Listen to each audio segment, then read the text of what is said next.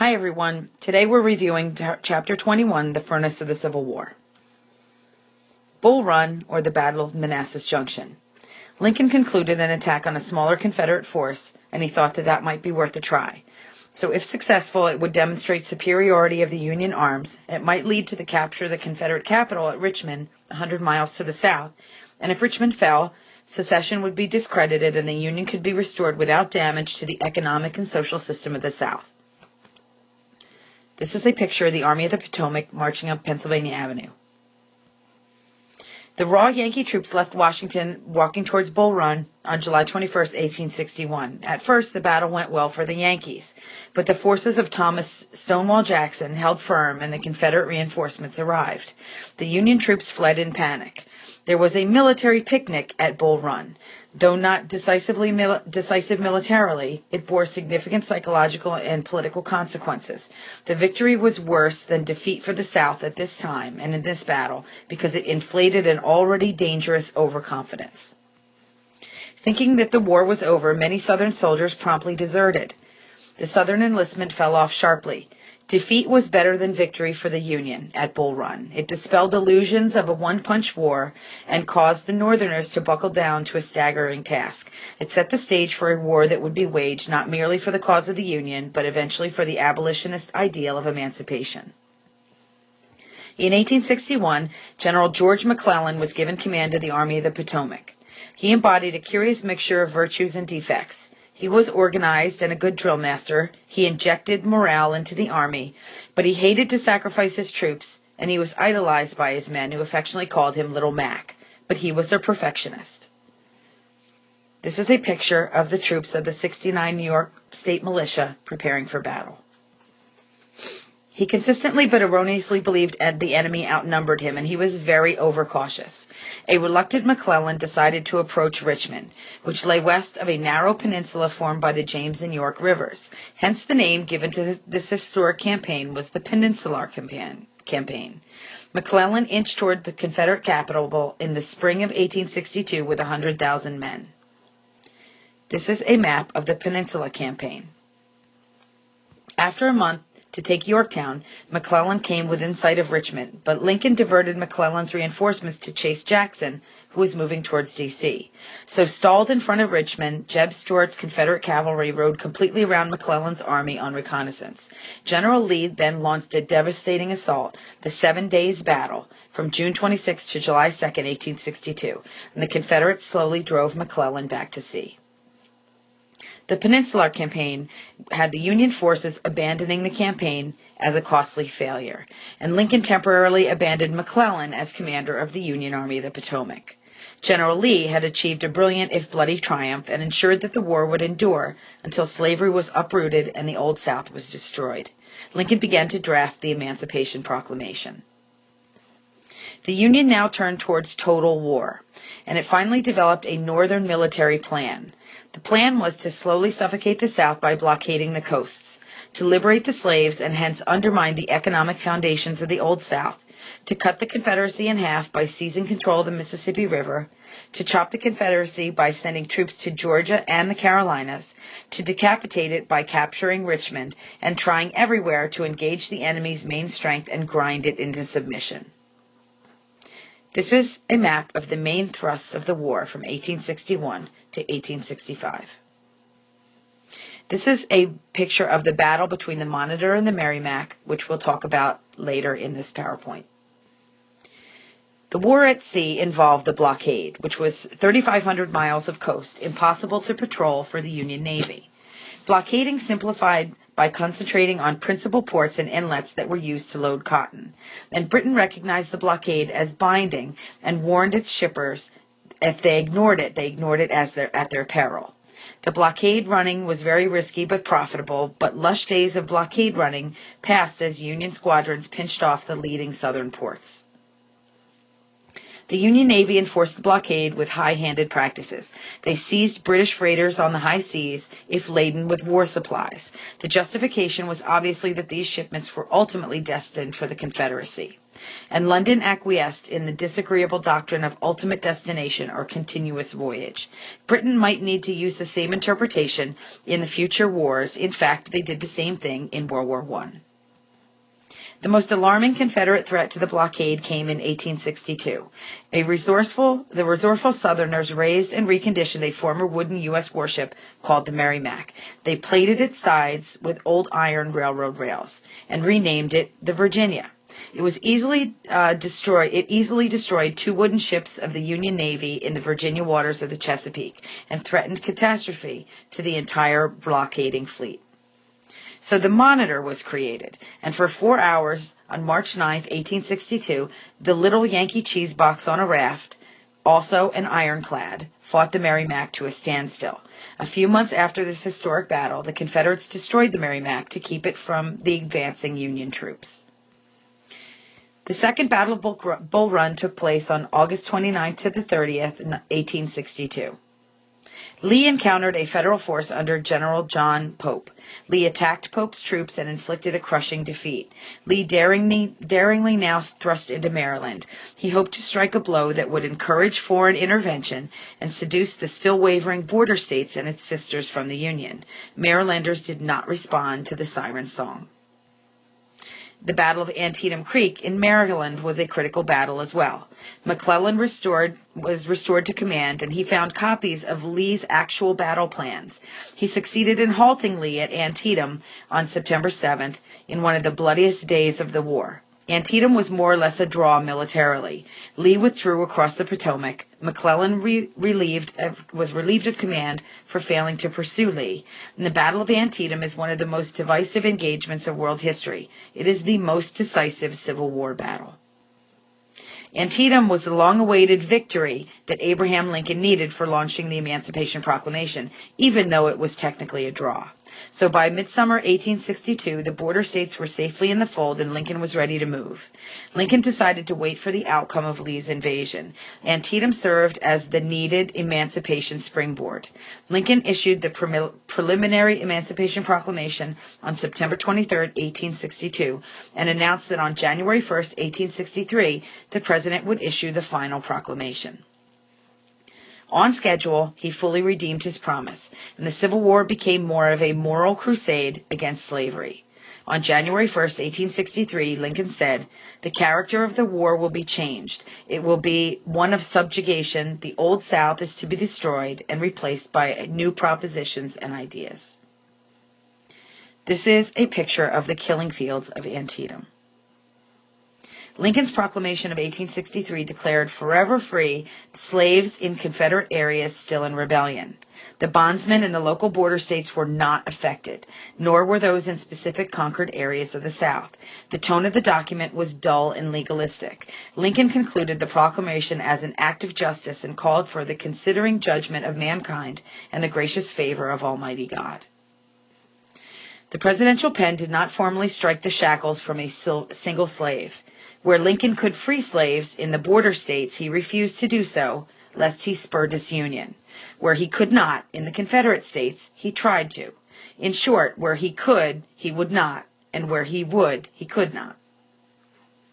The Emancipation Proclamation was stronger on proclamation than emancipation. Thousands of do-it-yourself liberations occurred. By issuing the proclamation, Lincoln addressed the refugees' plight, strengthened the moral cause of the Union at home and abroad, and clearly foreshadowed the ultimate doom of slavery. This is emancipation in the South, shown on this map. The ultimate end of slavery was the ratification of the 13th Amendment. But the Emancipation Proclamation fundamentally changed the nature of the war. It removed any chance of a negotiated settlement, and both sides knew that the war would be a fight to the finish. Public reactions to the long-awaited proclamation varied. Abolitionists complained that Lincoln had not gone far enough. Many Northerners felt he had gone too far. Opposition mounted in the North against supporting an abolition war. Volunteers had fought for the Union, not against slavery, and desertions increased sharply. Congressional elections of 1862 went heavily against the administration, especially in New York, Pennsylvania, and Ohio. The South claimed that Lincoln was trying to incite a slave rebellion. Aristocrats of Europe were inclined to sympathize with Southern protests, and European working classes, especially in Britain, reacted otherwise and would not allow Britain to get involved. So the gradual diplomatic position of the Union improved. The North now had a much stronger moral cause. In addition to preserving the Union, which was the reason for initially fighting the war, it had committed itself to freeing the slaves, and the moral position of the South correspondingly was diminished. As Lincoln moved to emancipate the slaves, he took steps to enlist blacks in the armed forces. Black enlistees were finally allowed, and by 1865, some 180,000 blacks served in the Union Army, mostly from slave states, but many from the Free Soil North. They accounted for about 10% of total enlistments in the Union forces on land and sea, and there were 2 Massachusetts regiments raised largely through the efforts of the ex-slave Frederick Douglass. One of them is the fabled 54th Massachusetts Infantry Regiment that is seen in the movie Glory. This shows a bit of war history from contraband to recruit and finally to veteran. Military service offered the chance to prove manhood and strengthen the claim to full citizenship at the war's end. They received 22 Congressional Medals of Honor, but they also took extremely heavy casualties. More than 38,000 died, and if they were captured, they were often executed. The Confederacy and slaves could not bring itself to enlist slaves until a month before the war ended, so tens of thousands were forced into labor battalions. They built fortifications and other war-connected activities, and slaves were the stomach of the Confederacy and kept the farms going while the white men fought. This involuntary labor was not simply slave support for the Confederacy. Did not imply slave support for the Confederacy. In many ways, Southern slaves hamstrung the Confederate war efforts. Fear of slave insurrection necessitated home guards, keeping many white men home from the front. Slave resistance and slowdowns diminished productivity. When the Union troops neared, slave assertiveness increased. Slaves often served as Union spies, and almost 500,000 revolted with their feet. Slaves contributed powerfully to the collapse of slavery and the disintegration of the antebellum way of life. Lincoln replaced McClellan with General A.B. Burnside. Burnside was removed after a rash frontal attack on Lee's strong position at Fredericksburg, Virginia in 1862, and it cost more than 10,000 Union casualties. Burnside yielded the command to Joseph Hooker. At Chancellorsville in Virginia on May 2nd to the 4th in 1863, Lee divided his forces and sent Jackson to attack the Union flank. The victory over Hooker was Lee's most brilliant, but it was clearly bought with Jackson's death. Lee now prepared to invade the North again. The win would have strengthened those Northerners who wanted peace, and also encouraged foreign intervention, which was still a Southern hope. So 3 days before the battle, Union General George Meade was informed that he would replace General Hooker. Meade took stand near quiet little Gettysburg, Pennsylvania, on the map that you'll see next. His 92,000 men were locked in furious combat with Lee's 76,000. And the battle seesawed across the rolling green slopes for 3 agonizing days, July 1st to the 3rd, 1863. Pickett's charge was the failure of General George Pickett's magnificent but futile charge, which broke the back of the Confederate attack, and it broke the heart of the Confederate cause. It has been called the high tide of the Confederacy. It is the northernmost point reached by any major Southern force, and the last real chance for the Confederates to win the war. As the Battle of Gettysburg raged, the Confederate peace delegation moved under the flag of truce towards the Union lines near Norfolk, Virginia. Gettysburg, Pennsylvania, was the most northern point that the Confederates would ever reach, and they would never enter the North again. This is a map of the Battle of Gettysburg, 1863. The victory at Gettysburg belonged to Lincoln. He refused to let the peace mission pass through the Union lines, and from then on, the Southern cause was doomed, yet Dixie fought for 2 more years. In the fall of 1863, while the graves were still fresh, Lincoln journeyed to Gettysburg to dedicate the cemetery. Following a 2-hour speech by a former president of Harvard, Lincoln read a 2-minute address called the Gettysburg Address. It attracted a little attention at the time, but the president was speaking for the ages.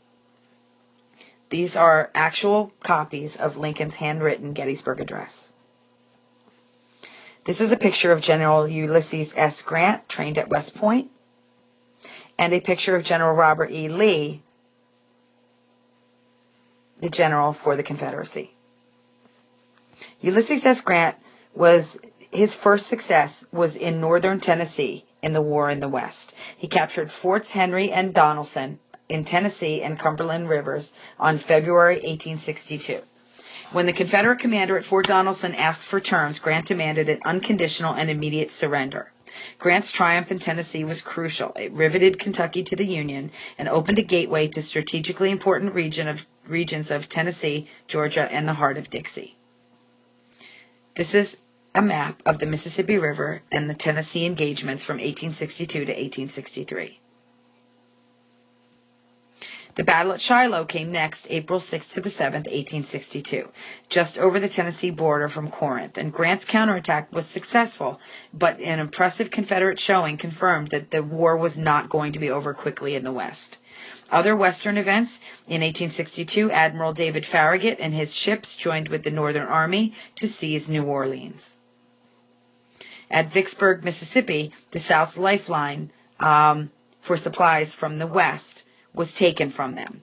Grant commanded the Union forces at Vicksburg. This was his best-fought campaign. The Union victory at Vicksburg came the day after the Confederate defeat at Gettysburg. He reopened the Mississippi and quelled the Northern peace advocates. The twin victories tipped the diplomatic scales in favor of the North. Britain stopped delivery of the Laird rams to the Confederates, and the Confederacy lost all hope of foreign intervention. Grant was then transferred to East Tennessee, and the Confederates had won the Battle of Chickamauga near Chattanooga, to which they laid siege. But Grant won a series of desperate engagements in November 1863. At Missionary Ridge and Lookout Mountain, Chattanooga was liberated, and the state was cleared of Confederates. The way was opened for the invasion of Georgia, and Grant was rewarded by being made the general-in-chief. At Georgia's request, Georgia's conquest was entrusted to General William Tecumseh Sherman, who captured Atlanta in September 1864, burned the city in November, and Sherman, with 6,000 troops, cut a 60-mile-wide swath of destruction through Georgia. This was called Sherman's March to the Sea. And the main purposes of Sherman's march was to destroy the supplies destined for the Confederate Army and to weaken the morale of the men at the front by waging war on their homes and families. This is the map of Sherman's March to the Sea, from Atlanta to Savannah, and then he advanced north into North Carolina. Sherman was a pioneer practitioner of the total war strategy. Success in Shermanizing the South was attested to by the increasing number of Confederate desertions. Although his methods were brutal, Sherman probably shortened the struggle and hence saved lives, but the discipline of his army at times broke down. After seizing Savannah, his army veered north into South Carolina, where destruction was even worse. Sherman's army rolled deep into North Carolina by the time the war ended, as shown in the previous map. This is a picture of Sherman's March to the Sea. The presidential elections come by calendar, not by crisis, so the political infighting added to Lincoln's woes. There were factions within the Republican Party, distrusting his ability or doubting his commitment to abolition, and they sought to tie his hands or remove him from office. Conspicuous among his critics was the overambitious Secretary of the Treasury, Salmon Chase. The Congressional Committee on the Conduct of the War was formed in late 1861 and dominated by radical Republicans who resented the wartime expansion of presidential power by Lincoln and pressed Lincoln zealously on emancipation. They were most dangerous to the Union cause were the Northern Democrats. They were tainted by the association with seceders, and their tragedy befell them when Stephen Douglas, as their leader, died. Lacking a leader, the Democrats divided into war Democrats that supported Lincoln, and tens of thousands of peace Democrats did not. Extreme supporters were Copperheads, who openly obstructed the war by attacking against the draft, against Lincoln, especially after 1863 against emancipation. They denounced the president as the Illinois ape.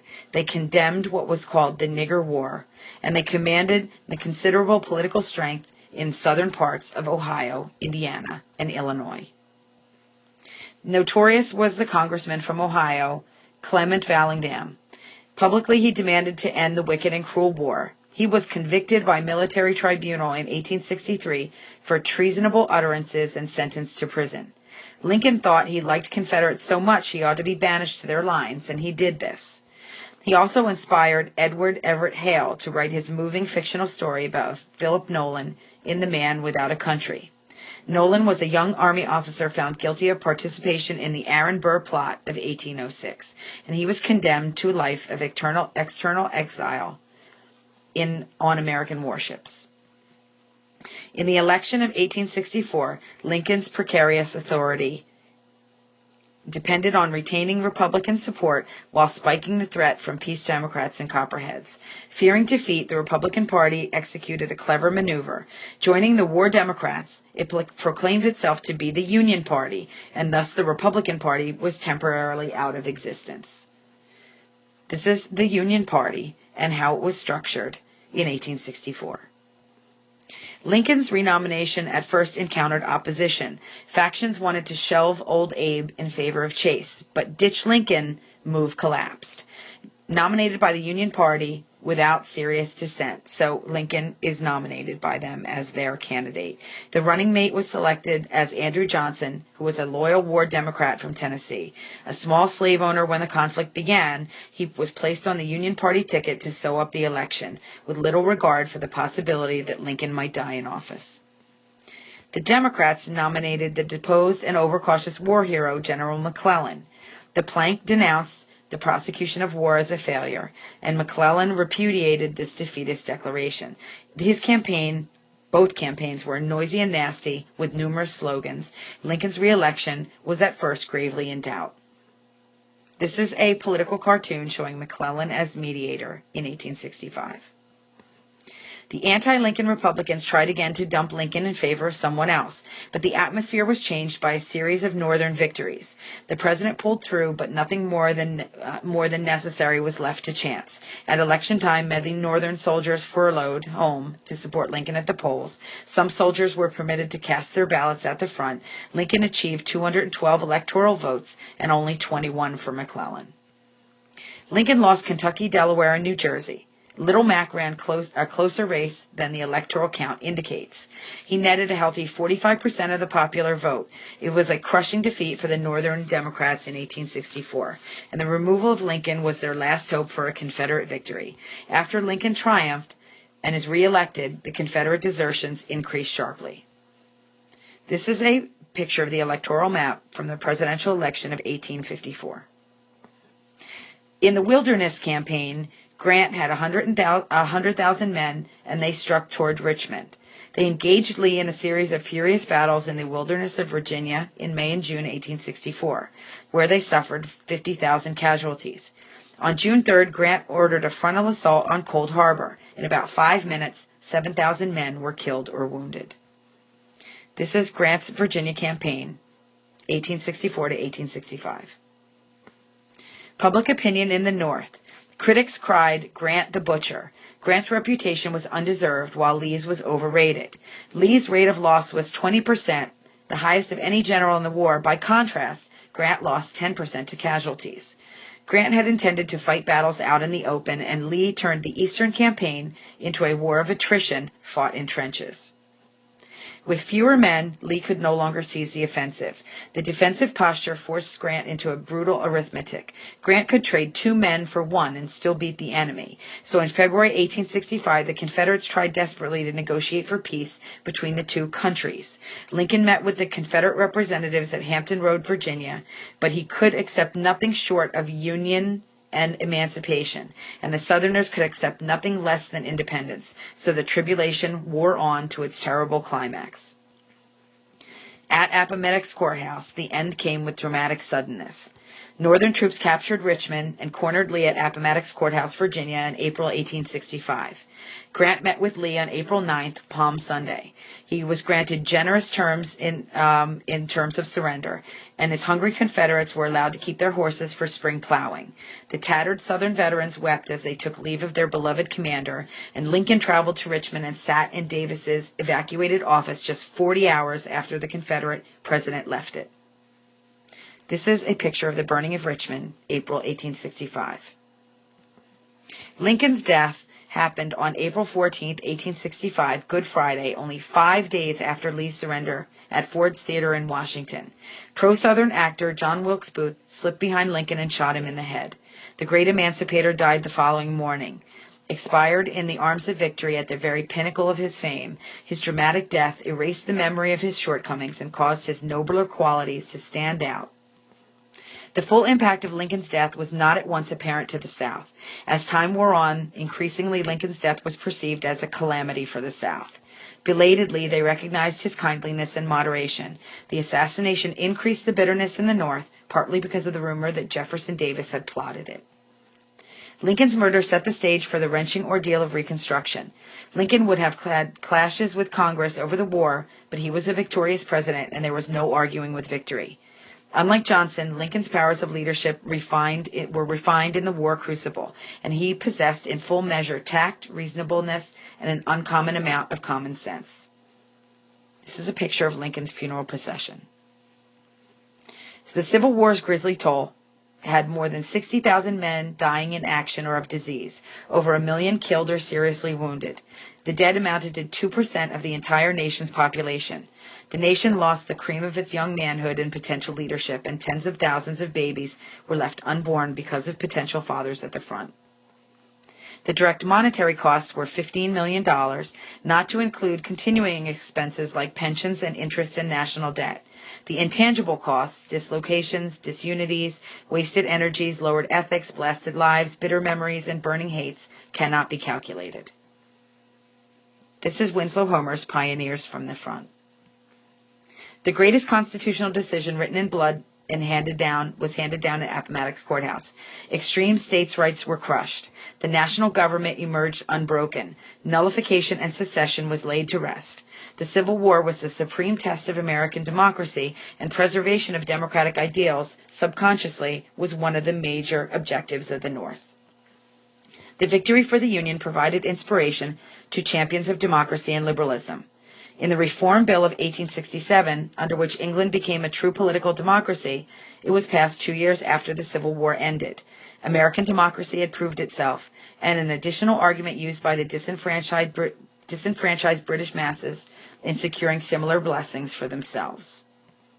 The lost cause of the South was lost. The shameful cancer of slavery was sliced away by sword. African Americans at last were in a position to claim the rights of life, liberty, and the pursuit of happiness, and the nation once again united politically. The great dangers averted by the Union victory were the indefinite prolongation of the peculiar institution of slavery, unleashing of the slave power on weak Caribbean neighbors, and the transformation of the area from Panama to Houston Bay into an armed camp with heavily armed and hostile states constantly snarling and sniping at one another. America still had a long way to go to make the promises of freedom a reality for all its citizens, black and white. Emancipation laid the necessary groundwork. A united and democratic United States was free to fulfill its destiny as a dominant republic of the hemisphere and eventually of the world. And this is the chronology from the chapter.